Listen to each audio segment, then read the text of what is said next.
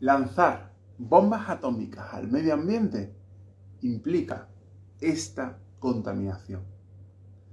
Y te aseguro que esta contaminación tiene consecuencias no solamente sobre el medio ambiente, sino sobre los seres humanos. Antes de nada, si me estás viendo desde Facebook e Instagram, pulsa seguir y me gusta.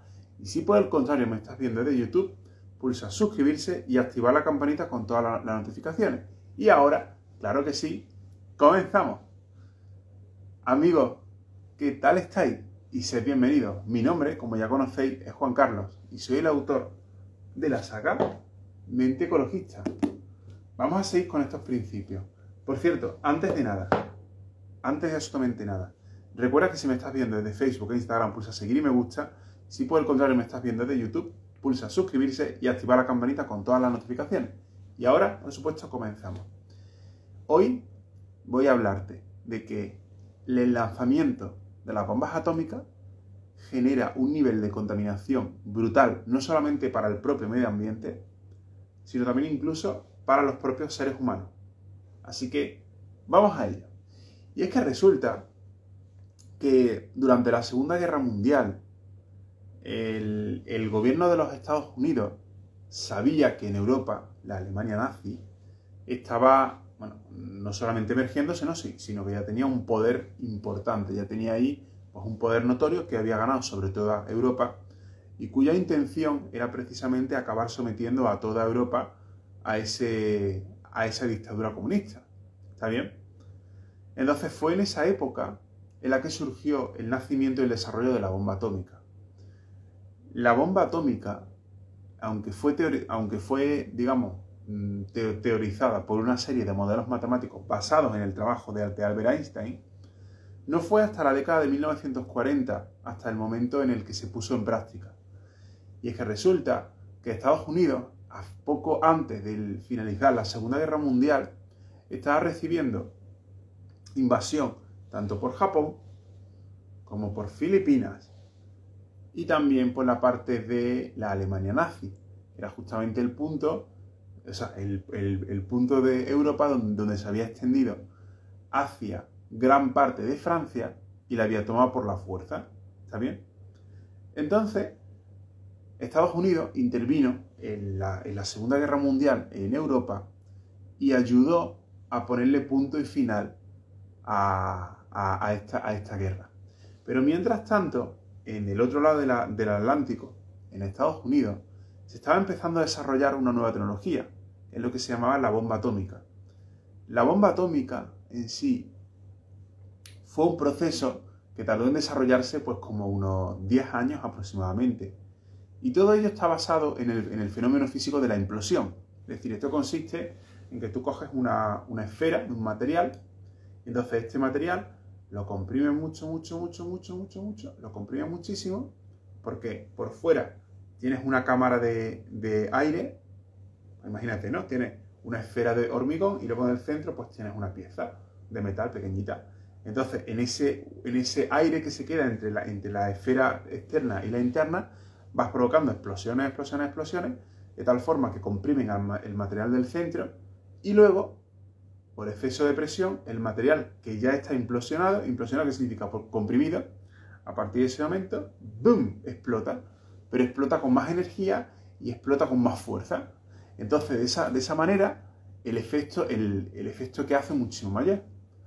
Y, aunque hicieron diferentes pruebas con uranio, se dieron cuenta de que el plutonio era muchísimo más efectivo, muchísimo más rápido, ¿no?, de poder fabricar y tal. Así que, una vez que ya terminó la guerra en Alemania, en Europa, y fue principalmente porque Estados Unidos ayudó muchísimo, pues en el otro lado del Atlántico, ¿vale?, en la zona de Filipinas y en la zona de Japón, el resto del eje estaba haciendo daño, ¿no? O sea, seguía haciendo daño y tal, bien a la base de Pearl Harbor, que fue atacada por soldados japoneses, ¿vale? Por poner un ejemplo y tal. Y bueno, pues Estados Unidos evidentemente no se iba a quedar de brazos cruzados, sino que de hecho lo que iba a hacer es todo lo contrario. Así que decidió lanzar una bomba atómica, esta bomba atómica de plutonio, en Hiroshima. Y viendo que el propio Japón, Japón, digamos, no estaba a manos del pueblo, ¿no? Sino que estaba a manos del rey, ¿no? Viendo que Japón, pues evidentemente, pues no se rendía y que ese bombardeo pues le había costado como más de 100.000 muertes civiles, decidió atacar a la ciudad de Nagasaki. Entonces, en esa ciudad, pues volvieron otra vez a tirarla y más de 90.000 civiles pues totalmente fallecidos, ¿no? O sea, totalmente, digamos, carbonizados por el efecto del lanzamiento. Y bueno, pues con el paso del tiempo, tanto Estados Unidos, sí, bueno, lo que es el presidente Roosevelt de Estados Unidos, estaba metiéndole muchísima presión al emperador de Japón con el objeto de que se rindiera. Y de hecho, mandó comunicados en los que decía que si no se rendía, tendría que enfrentarse a sus consecuencias. Evidentemente, ¿cuáles son? Pues el recibir el bombardeo de nuevas bombas atómicas. ¿Está bien? O sea, todo una forma muy, muy diplomática, ¿no? De o te rindes o te enteras. Con el paso del tiempo, pocos meses después, Japón por fin se rindió. Y entonces finalizó la Segunda Guerra Mundial. ¿Vale? Y entonces, una vez que ya terminó todo esto, en una conferencia que ocurrió en Europa, tanto el presidente Roosevelt, Winston Churchill, era el presidente del Reino Unido, como Stalin, era el dictador de la Unión Soviética, se reunieron. Y es que resulta que el presidente de Estados Unidos, Franklin Roosevelt, se giró hacia Stalin y le dijo: oye, ¿sabes que tenemos una bomba atómica? Y Stalin realmente se giró, le miró así, de forma neutra, de forma normal, y giró la cara. Y es que resulta que la Unión Soviética ya sabía que Estados Unidos tenía bombas atómicas. Y eso en cierto grado le daba miedo.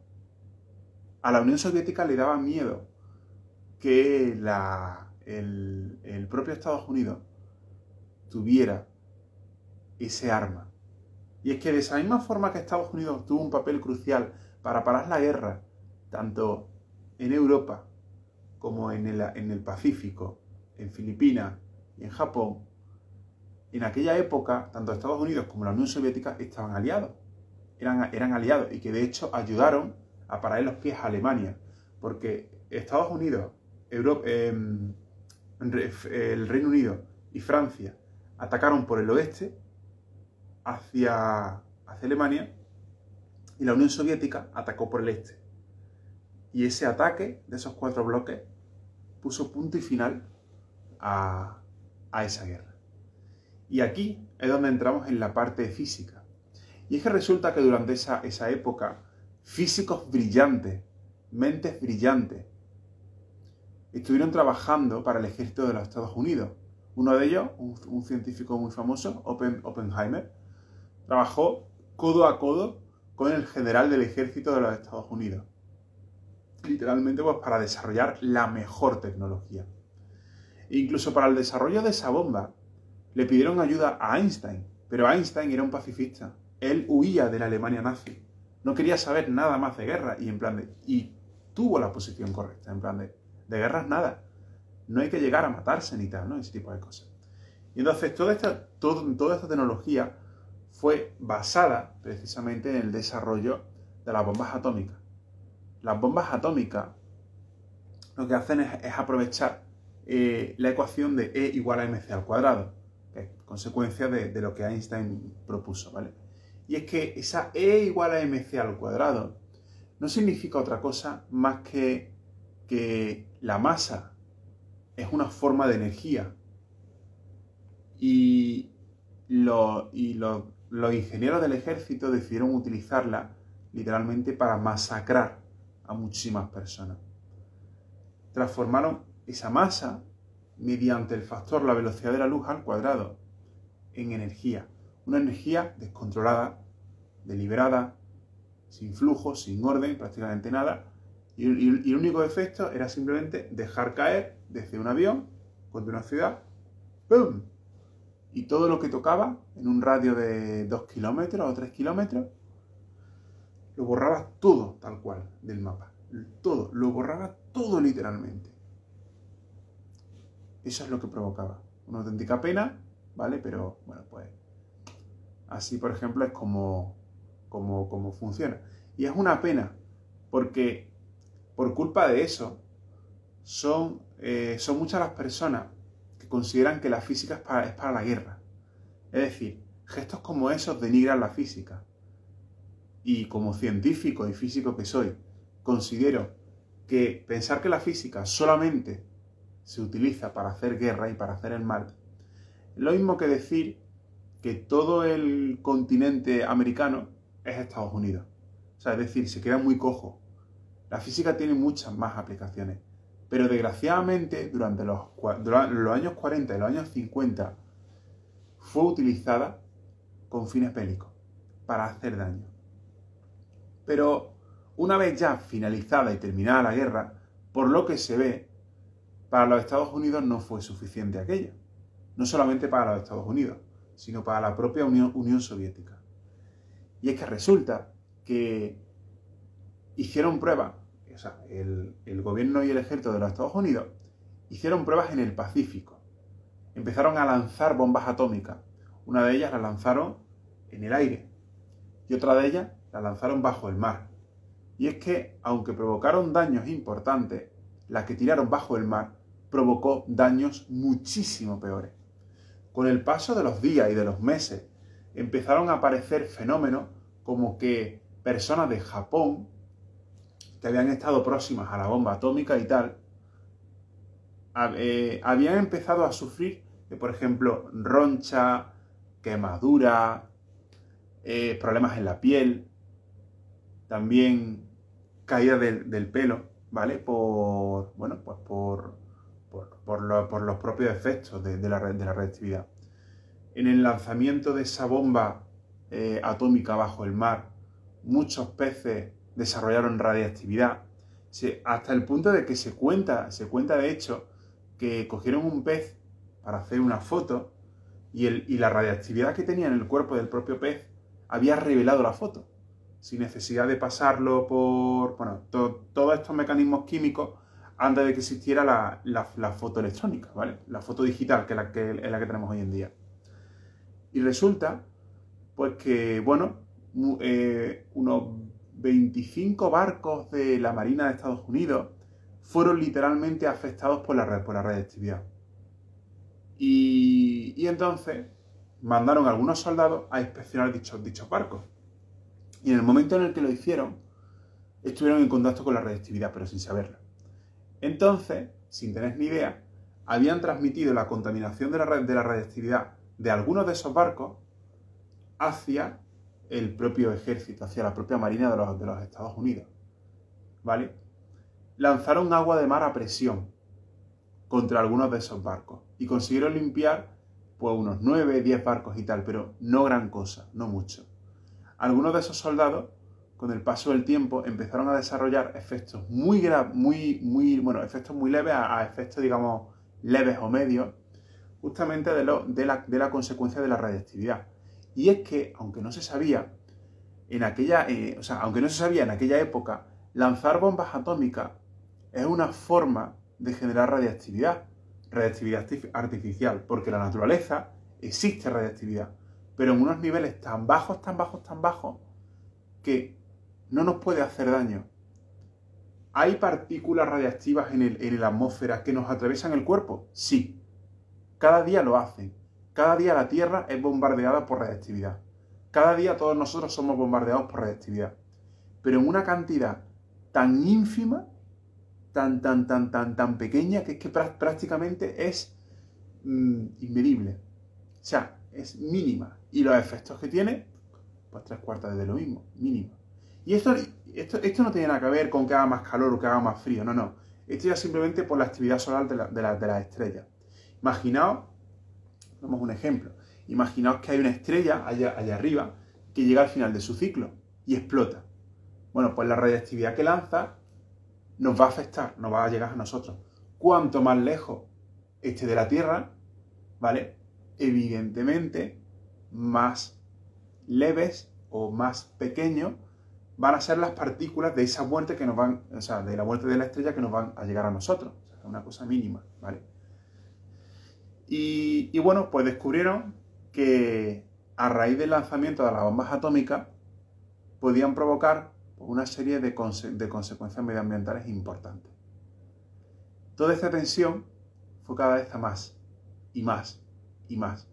Y por lo que se ve, la Unión Soviética también quería jugar, evidentemente, ¿no? En plan, ¿de qué es esto? De que Estados Unidos tenga el poder de las armas nucleares y yo no. ¿No? Y eso, pues, evidentemente, ¿no? Pues le hizo entrar así, ¿no? Como en mal rollo. Y eso fue el resultado que acabó generando la propia Guerra Fría. Y es que llegamos a un punto en el que durante los años 70, mediados, finales de los años 70, un grupo de ecologistas de Greenpeace, de Estados Unidos, perdón, llamado Greenpeace, eran unos científicos frikis, desconocidos, o sea que nadie sabía quiénes eran, que querían literalmente oponerse a las guerras atómicas. Es decir, una de las pruebas que quería hacer los Estados Unidos era lanzar bombas sobre Alaska. Alaska es esa región al noroeste de Estados Unidos que conecta con el estrecho de Bering, ¿vale? Que es justamente el punto más cercano entre Rusia y Estados Unidos. Y qué curioso que dos países que por razones políticas y por razones tecnológicas estuvieron enfrentados hasta el punto de casi destruirse entre ellos, de casi, geográficamente estén muy cerca. Qué curioso eso, ¿verdad? Sí, no sé. Es algo bastante curioso. Con lo que el ejército de los Estados Unidos quiso tirar una bomba atómica en las regiones más despobladas, bueno, en la región totalmente despoblada de Alaska, porque Alaska tiene población, pero es muy pequeña, y de hecho la máxima población está prácticamente en las costas del sur de Alaska, es decir, lo más cerca, digamos, del Ecuador, ¿no? Y ahí justamente quiso tirar una bomba atómica el ejército de los Estados Unidos para hacer pruebas. Pero Greenpeace les paró los pies. Dijo, basta. Durante la guerra de Vietnam fueron muchas las personas que se manifestaron en la calle diciendo, basta. Hay una foto muy famosa donde salían hippies metiéndoles flores en los cañones de escopeta, ¿no? De estas escopetas de guerra, metiéndoles flores, como diciendo, basta ya, no más guerra. Y es que el mismísimo Albert Einstein era un pacifista. O sea, este señor, Albert Einstein, huía de una Alemania nazi que estaba en auge.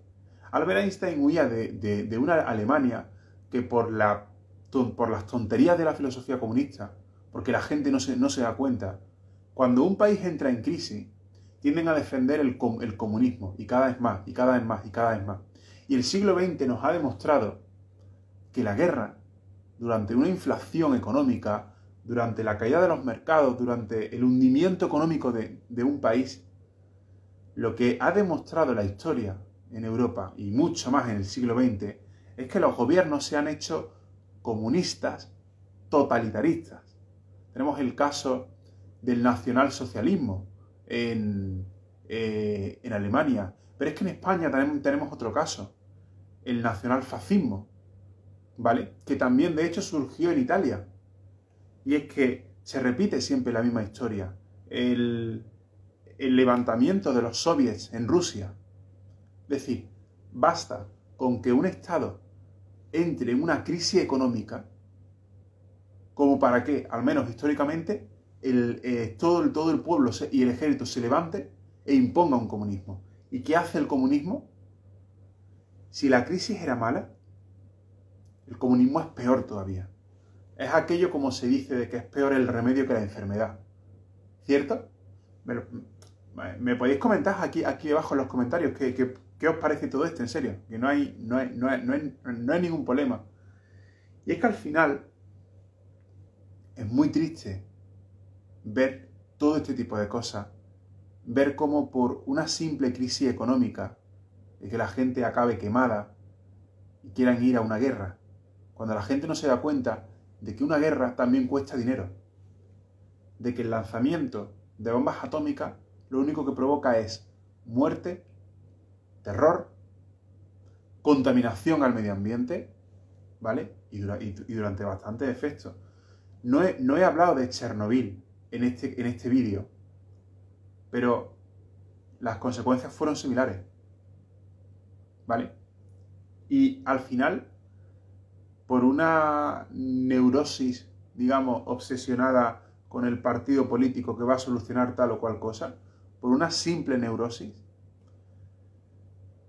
el continente europeo se fue literalmente a la mierda, en fin, a la quiebra, quería decir, que me entendéis, ¿verdad?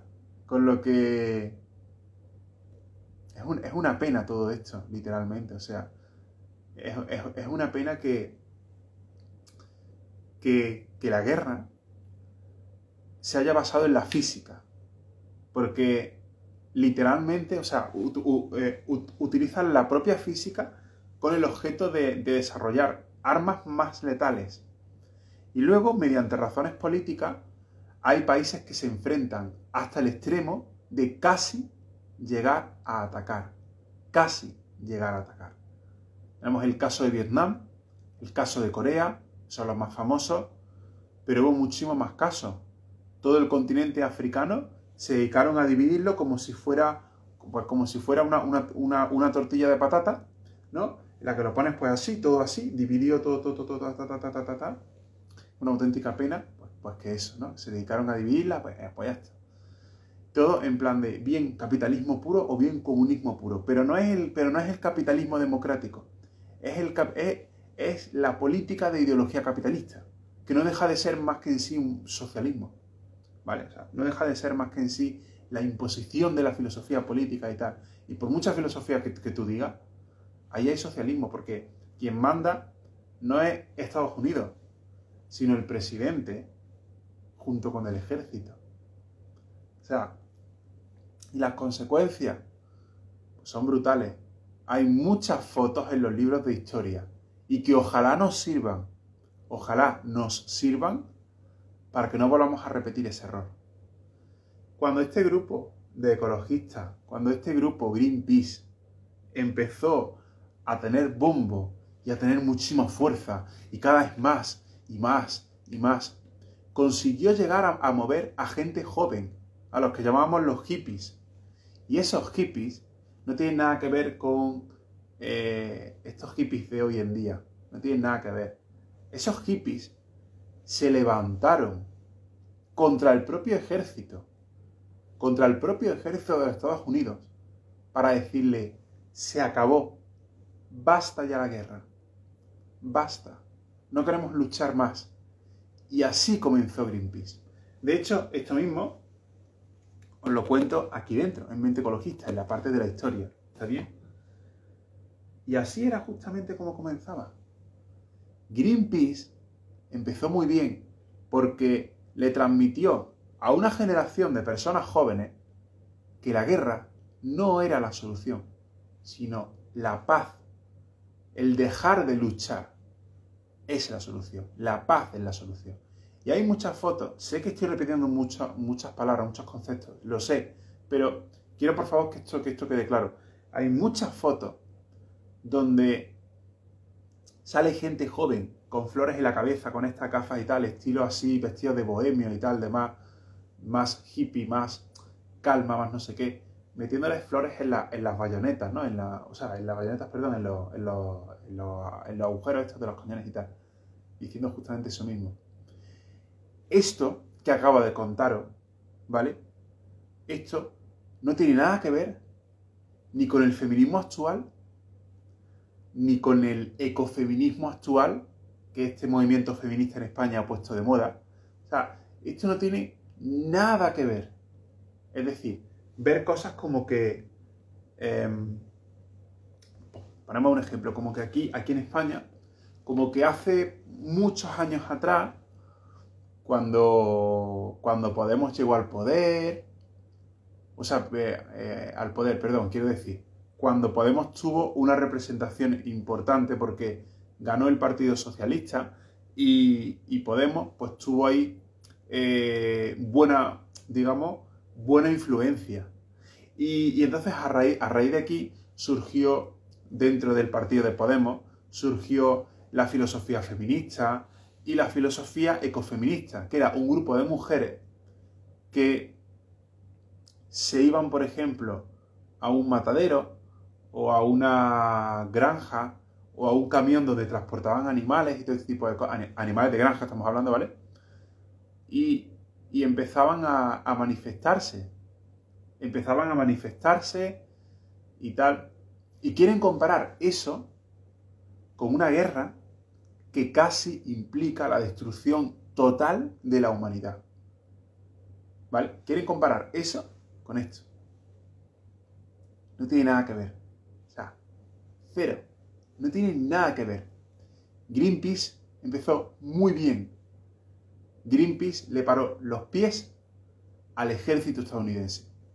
Greenpeace era un grupo de científicos frikis, como yo lo soy, recién salidos de la universidad o trabajando en la universidad, que nadie les conocía, nadie sabía quiénes eran realmente. Les pararon los pies a una organización muy poderosa, al propio ejército de los Estados Unidos, y lo consiguió. Por eso, en ese escenario, yo me inspiro mucho en Greenpeace, porque tuvo la capacidad de decir, no vais a lanzar bombas atómicas en la naturaleza, no vais a conseguirlo, porque ya suficiente daño habéis hecho en el Pacífico, bajo el mar, en el Océano Pacífico. Suficiente daño habéis hecho a los japoneses. Suficiente daño habéis hecho ya en el aire, con la lluvia de la radiactividad, como para que sigáis haciendo más daño. Es decir, basta. Y lo consiguió. Y creó un movimiento hippie, creó un movimiento a lo largo de todo el país estadounidense. O sea, por toda la superficie de Estados Unidos. Lo logró. Y aunque luego se distorsionó con el paso de muchísimas décadas, luego Greenpeace se acabó distorsionando, desgraciadamente, pero empezó muy bien. Empezó enseñando que la guerra, y más la guerra actual, lo único que provoca es daños al ser humano y al medio ambiente. Así que, ya sabéis, en lugar de decir no a la guerra, en lugar de manifestaros en contra de la guerra, a partir de ahora, manifestaros a favor de la paz. ¿Vale? No hagas una manifestación en contra de. Haz una manifestación a favor. Porque la paz elimina problemas de la guerra hacia los seres humanos y problemas de la guerra, o sea, consecuencias de la guerra hacia los seres humanos y consecuencias de la guerra hacia el medio ambiente. Así que, bueno, pues nada más, señores. Espero que os haya gustado todo esto. Y recuerda, si me estás viendo desde Facebook e Instagram, pulsa seguir y me gusta. Si por el contrario me estás viendo desde YouTube, pulsa suscribirse y activar la campanita con todas las notificaciones. Además de todas estas cosas, si te ha gustado todo este contenido, imagínate lo que te vas a encontrar aquí dentro. Mente ecologista es una solución real, un problema real, que tanto el mercado como el propio medio ambiente llevan demandando años atrás. Literalmente años. ¿Pero cuál ha sido el problema? Pues que el ser humano, desde su ignorancia, ha decidido hacer caso omiso. Y luego nos encontramos como escenario como los de marzo del 2020. Un escenario que estoy completamente seguro que no querrás volver a vivir. Así que, si ese es el caso, pues mira, te voy a dejar aquí debajo un enlace con el objeto de que puedas adquirir Mente Ecologista. El proceso es muy fácil. Pulsa en el enlace, sigue todos los pasos y una vez que hayas terminado, yo me encargo personalmente de enviarte Mente Ecologista a la mismísima puerta de tu casa. Como estás viendo, Es un proceso fácil, rápido y cómodo. Tan cómodo que incluso lo puedes hacer tumbado en el sofá de tu casa. ¿Está bien? Con tu móvil. Es así de fácil. Y además, una vez que lo hayas adquirido, y recuerda, toma acción por el medio ambiente, una vez que lo hayas adquirido, recuerda estudiar para aprender y, en último lugar, aplicar este conocimiento. ¿Vale? Se trata de eso realmente. Si no aplica, por muy teórico que sea, nunca tendrás resultados. Tienes que generar resultados. ¿Está bien? Un verdadero ecologista es precisamente un ecologista preocupado por generar resultados. ¿Está bien? Así que, bueno, pues que nada más, señores. Muchas gracias a todos vosotros. Y recordad, cuidaos mucho, cuidaos de verdad, porque sabéis que no me gusta la hipocresía, no soporto la hipocresía. Y cuidad el bioma al que pertenezcáis, ya sea natural, artificial o trascendental. Y ahora, sí que sí, señores, muchas gracias a todos vosotros, os mando un fuerte y un enormísimo abrazo y nos vemos en próximos contenidos. No te pierdas el contenido de mañana, porque te aseguro que es oro. Muchas gracias y adiós.